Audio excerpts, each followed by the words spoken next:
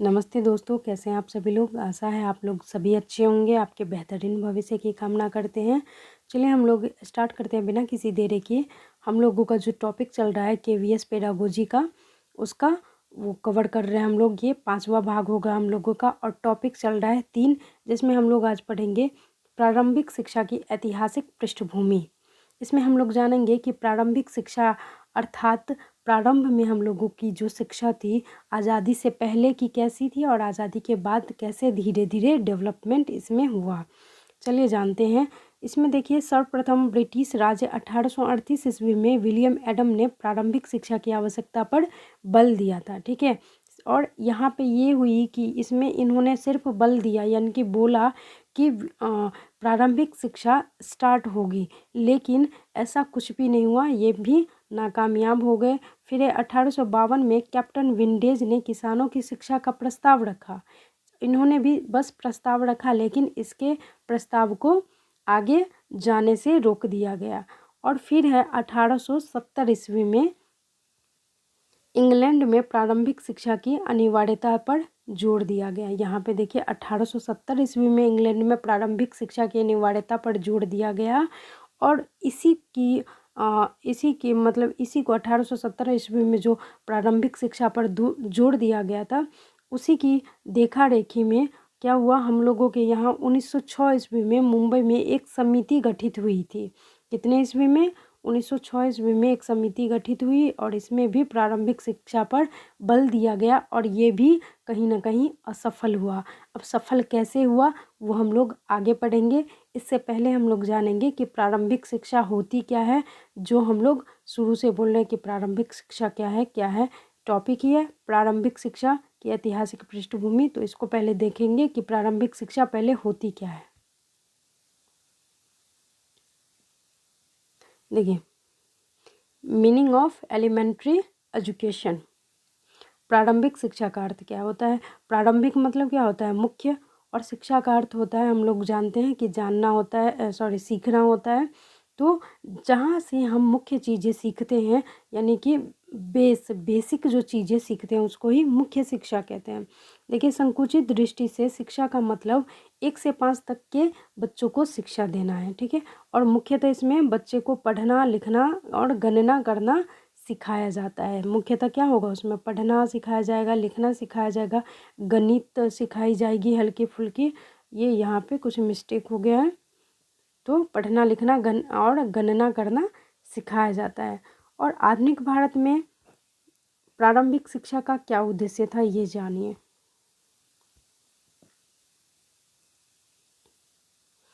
आधुनिक भारत में प्रारंभिक शिक्षा का क्या उद्देश्य था? देखिए, सर्वप्रथम जो हम लोगों का हंटर कमीशन आयोग बना था, हंटर कमीशन या हंटर आयोग के नाम से जाना जाता है। ये कई बार प्रश्न में आया है कि हंटर कमीशन आयोग कब स्थापित हुआ था। तो 1882 ईस्वी में ये लागू हुआ था। इतना आप याद रखिएगा। और इसके अनुसार जो था, ये प्रारंभिक शिक्षा का उद्देश्य था कि जन शिक्षा का प्रसार हो और व्यवहारिक जीवन की शिक्षा मिले। ठीक है। और देखिए, अब एनसीईआरटी क्या कहता है। एनसीईआरटी के अनुसार प्रारंभिक शिक्षा का क्या उद्देश्य था। तो एनसीईआरटी के अनुसार प्रारंभिक शिक्षा का जो उद्देश्य था, ये देखिए, सबसे पहले तो ये याद रखिएगा कि एनसीईआरटी का फुल फॉर्म क्या होता है। तो एनसीईआरटी का फुल फॉर्म होता है national council of education research and training. National council of education research and training इसका अर्थ होता है। और इसको हिंदी में कहते हैं राष्ट्रीय शैक्षिक अनुसंधान एवं प्रशिक्षण परिषद। इन्होंने जो प्रारंभिक शिक्षा का उद्देश्य बताया, सबसे पहले तो बताया इन्होंने कि संप्रेषण के लिए प्रथम भाषा मातृभाषा होनी चाहिए। फिर दूसरा इन्होंने बताया कि स्वास्थ्य संबंधी बच्चों को जानकारी होनी चाहिए, यानी कि स्वास्थ्य से संबंधित वो जागरूक हो सके, इसलिए उनको स्वास्थ्य संबंधी जानकारी होनी चाहिए। फिर मूल इन्होंने कहा कि जोड़ घटाव गुणा भाग आदि बच्चे को ज्ञान देना है। फिर इन्होंने कहा कि प्राकृतिक एवं सामाजिक पर्यावरण का ज्ञान देने के लिए इन्होंने कहा। और फिर सामूहिकता की भावना को विकसित करने का उद्देश्य भी इन्होंने शामिल किया है।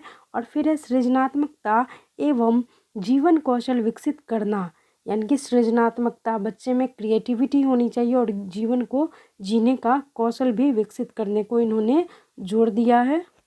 फिर है विज्ञान तकनीकी के महत्व को इन्होंने समझाया है। और अगला है राष्ट्रगान, राष्ट्रध्वज के प्रति आदर करना, अस्पृश्यता अर्थात भेदभाव, जातिवाद तथा सांप्रदायिकता का विरोध करना, फिर है सहानुभूति और सहयोग की भावना को विकसित करना।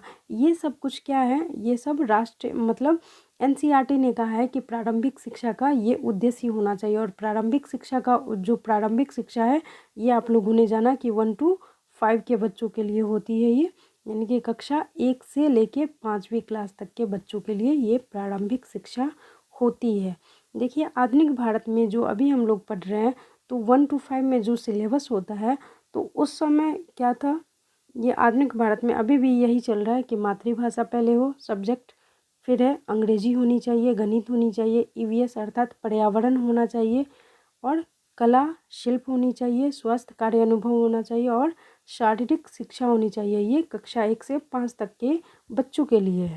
अब ये है कक्षा 6 से 8 तक के बच्चों के लिए क्या है कि पहले तो मातृभाषा सब्जेक्ट में देखिए ये मातृभाषा होनी चाहिए, अंग्रेजी होनी चाहिए, गणित होनी चाहिए, आधुनिक भारतीय भाषा कोई होनी चाहिए, सामाजिक विज्ञान होना चाहिए, विज्ञान होना चाहिए, कला शिक्षा होना चाहिए, स्वास्थ्य एवं शारीरिक शिक्षा होना चाहिए। ये कक्षा 6 से 8 के बच्चों के लिए क्या है, ये पाठ्यक्रम होना चाहिए। अब है स्वतंत्रता से पूर्व किए गए क्या क्या प्रयास थे प्रारंभिक शिक्षा के लिए, वो हम लोग जानते हैं। देखिए स्वतंत्रता के पूर्व जो हम लोगों का प्रयास था, इन लोगों का, हम लोग तो आए ही नहीं थे, स्वतंत्रता के पूर्व जो प्रयास था बहुत कम प्रयास हुआ था, ठीक है, यानी कि प्रारंभिक शिक्षा पे बहुत कम जोर दिया गया था। बस कहने के लिए कुछ कुछ प्रस्ताव लागू हुआ था लेकिन वो ना के बराबर काम हुआ। फिर है सन 1911 ईस्वी में गोपाल कृष्ण गोखले ने केंद्रीय धारा सभा में एक विधेयक पेश किया जिससे प्रेरित होकर बम्बई और फिर अन्य प्रांतों में ऐसे विधेयक पास हुए जो प्रारंभिक शिक्षा के लिए जरूरी थे। अब है 1921 ईस्वी में, देखिए 1921 ईस्वी में प्रांतों में 1921 ईस्वी में प्रांतों में स्वशासन व्यवस्था लागू होने के साथ प्रारंभिक शिक्षा की दिशा में कार्य शुरू हुआ। और कार्य शुरू हुआ यहीं से 1921 ईस्वी से हम लोगों का प्रारंभिक शिक्षा के क्षेत्र में ये कार्य शुरू होने लगा। और 1937 ईस्वी में क्या हुआ, कांग्रेस सरकार ने इस क्षेत्र में भारी प्रयास किया था। और ये था आज़ादी के पहले की बात है ये सब। और इसमें कहीं ना कहीं कांग्रेस सरकार ने इस क्षेत्र में भारी प्रयास किया कि प्रारंभिक शिक्षा ज़्यादा से ज़्यादा सफल हो। और फलता क्या हुआ कि फलता आज़ादी के बाद इन्होंने भी प्रयास किया लेकिन उस समय कुछ ज़्यादा ही दबदबा था अंग्रेज़ों का, आप लोगों को पता ही होगा। तो फलता आज़ादी के बाद क्या हुआ कि 229 नगर में, 1017 ग्राम में 1404 केंद्र प्रारंभिक शिक्षा के प्रारंभ हो गए थे। अब देखिए स्वतंत्रता के बाद क्या हुआ था। स्वतंत्रता के बाद जो हुआ था, स्वतंत्रता के बाद केंद्र एवं राज्य सरकारों ने सार्वजनिकरण एवं सार्वभौमिकरण की दिशा में महत्वपूर्ण प्रयास किए।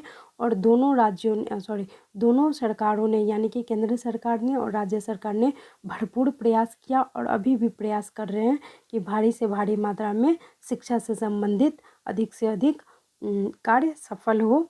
और इनके लिए इन सरकारों ने बहुत सारी योजनाएं मिलकर चलाई हुई हैं।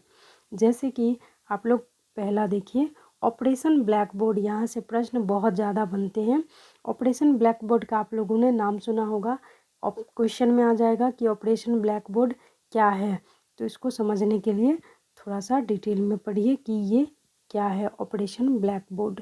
देखिए यह एक ऐसी योजना है जो 1987 में आई थी। कितने ईस्वी में आई थी?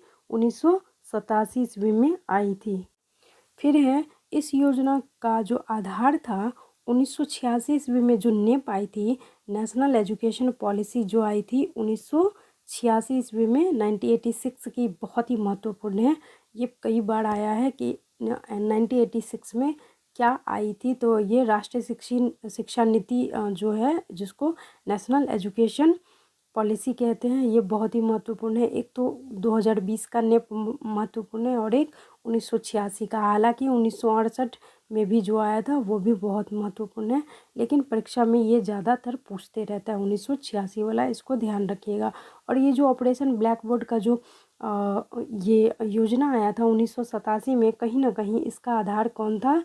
1986 की राष्ट्रीय शिक्षा नीति थी। यहाँ पे मैंने नेप लिख दिया है, वही राष्ट्रीय शिक्षा नीति, इसको अंग्रेजी में नेशनल एजुकेशन पॉलिसी कहते हैं, याद रखिएगा। फिर है ये जो ऑपरेशन ब्लैक बोर्ड था, इसके अंतर्गत क्या होता था कि विद्यालय भवन अध्यापन एवं पढ़ाई की सहायक सामग्री उपलब्ध कराना इसका मूल लक्ष्य था। यानी कि ऑपरेशन ब्लैक बोर्ड के अंतर्गत जो भी विद्यालय भवन टूटे फूटे हैं उसको फिर से मरम्मत करा के सही कराना, अध्ययन या अध्यापन कार्य के लिए जो भी चीज़ें ज़रूरी हैं उसको उपलब्ध कराना इसका मूल उद्देश्य था। और ज़्यादा से ज़्यादा था कि शैक्षिक वातावरण में सुधार हो सके और अच्छा कार्य हो सके, इनका ये मुख्य उद्देश्य रहा है। और फिर है शैक्षिक वातावरण में सुधार करना मुख्य लक्ष्य रहा इनका। फिर है इस योजना से विद्यालय की गुणवत्ता में मात्रात्मक एवं गुणात्मक रूप से सुधार हो। यानी कि इस योजना के अंतर्गत इसका मूल उद्देश्य ये भी था कि बच्चे अधिक से अधिक मात्रा में बच्चे पढ़ने के लिए आए, एडमिशन कराए और उसका लाभ उठाए, और वो जो मतलब बच्चे आए तो गुणात्मक स्तर पे भी उसका लाभ कहीं ना कहीं मिले। गुणात्मक स्तर मतलब पढ़ाई के क्षेत्र में जो भी वो सीखना चाह रहे हैं वो उनको अच्छे से मिले। फिर है इस योजना से देखिए क्या हुआ, इस योजना से 5,23,000 प्रारंभिक विद्यालय आच्छादित हुए इस योजना से। यानी कि इस ऑपरेशन ब्लैक बोर्ड के तहत क्या हुआ, 5,23,000 विद्यालय भवन क्या हुए, फिर से नवनिर्मित हुए। अब है देखिए प्रौढ़ शिक्षा।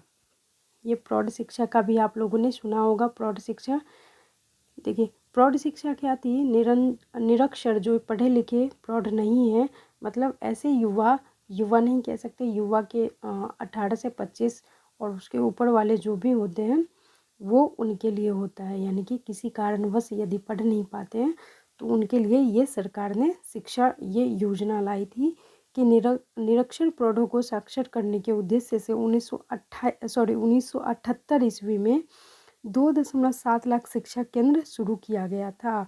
निरक्षर प्रौढ़ों को, यानी कि जो भी प्रौढ़ निरक्षर है, अनपढ़ है, उसको उनको 1978 ईस्वी में 2.7 लाख शिक्षा केंद्र शुरू करवाए गए थे उनके लिए, किंतु ये असफल रहे थे। ठीक है, ये असफल रहे थे, ये सफल नहीं हुआ था प्रौढ़ शिक्षा का कार्यक्रम इनका। और फिर 1988 ईस्वी में राष्ट्रीय शिक्षा मिशन की स्थापना हुई थी। ये याद रखिएगा, राष्ट्रीय शिक्षा मिशन की स्थापना कब हुई थी, तो 1988 ईस्वी में हुई थी। और फिर इसमें क्या किया गया, इसमें लोकप्रिय कार्यक्रम जो उनका था, संपूर्ण साक्षरता से जन जन को जोड़ने का इन्होंने प्रयास किया था। ध्यान में ये रखिएगा कि 1988 में राष्ट्रीय शिक्षा मिशन की स्थापना हुई, 1986 ईस्वी में राष्ट्रीय शिक्षा नीति की स्थापना हुई, और ऑपरेशन ब्लैक बोर्ड की स्थापना ठीक उसके 1 साल बाद हुई, 1987 में। अब देखिए शिक्षा का विकेंद्रीकरण। देखिए शिक्षा का विकेंद्रीकरण क्या होता है, देखिए इसका मुख्य लक्ष्य प्रत्येक बच्चे को न्यूनतम 8 वर्ष की शिक्षा सुनिश्चित करनी है। यानी कि प्रारंभ में जो हम लोगों का देश आज़ाद हुआ था उसके बाद क्या, मतलब पढ़ाई लिखाई पे उतना जोर नहीं दिया जाता था, वो मतलब पिछड़े जाति वालों के लिए या नॉर्मल लोगों के लिए, जो भी हम लोग थे, आम जनता जिसको कहते हैं। बाद बाकी तो बहुत ज़्यादा पढ़े लिखे हाई क्लास के भी उस समय भी थे और अभी भी हैं। और जो समाज के पिछड़े व्यक्ति थे वो क्या करते थे, वो किसी न किसी कारणवश वो नहीं ले पाते थे शिक्षा। अभी भी कितने ऐसे लोग हैं जो शिक्षा से वंचित हैं, और इसी को देखते हुए सरकार ने बहुत सारी योजनाएं चलाई हैं शिक्षा के क्षेत्र में। ये देखिए शिक्षा का विकेंद्रीकरण, देखिए इसका मुख्य उद्देश्य था क्या, 8 वर्ष की शिक्षा सुनिश्चित करना, कम से कम बच्चे 8 वर्ष तक भी शिक्षा प्राप्त कर सके, ऐसा इन्होंने ये कार्यक्रम चलाया था। और इसमें क्या किया गया था, दलितों को और अल्पसंख्यकों को, महिलाओं को प्रारंभिक शिक्षा में भागीदारी सुनिश्चित करनी थी, यानी कि शिक्षा का विकेंद्रीकरण इसलिए किया गया था इसमें कि ज़्यादा से ज़्यादा दलित, अल्पसंख्यक, पिछड़ा जाति वाले या जो भी हैं महिलाएं, इन सबों की भागीदारी इसमें सुनिश्चित हो, यानी कि वे सभी पढ़ने में सक्षम हो सके। और इसके तहत क्या हुआ था, और इसके तहत 1992 में 1992 से लेकर 1996 तक इसमें 8.163 मिलियन खर्च हुआ था, यानी कि उस समय खर्च हुआ था। 1992 से 1996 तक का ये डाटा है कि इसमें खर्च हुआ था।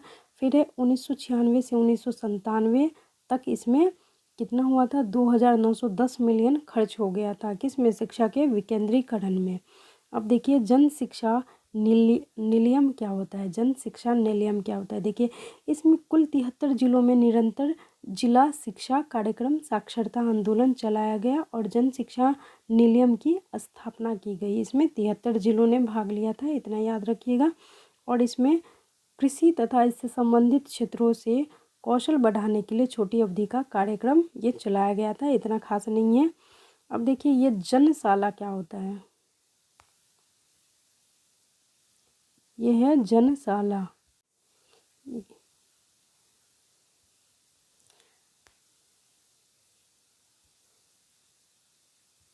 ये जनशाला कार्यक्रम भारत सरकार द्वारा, यह जो कार्यक्रम था जनशाला का कार्यक्रम, यह भारत सरकार द्वारा और संयुक्त राष्ट्र संघ की 5 एजेंसियां इसमें शामिल थी।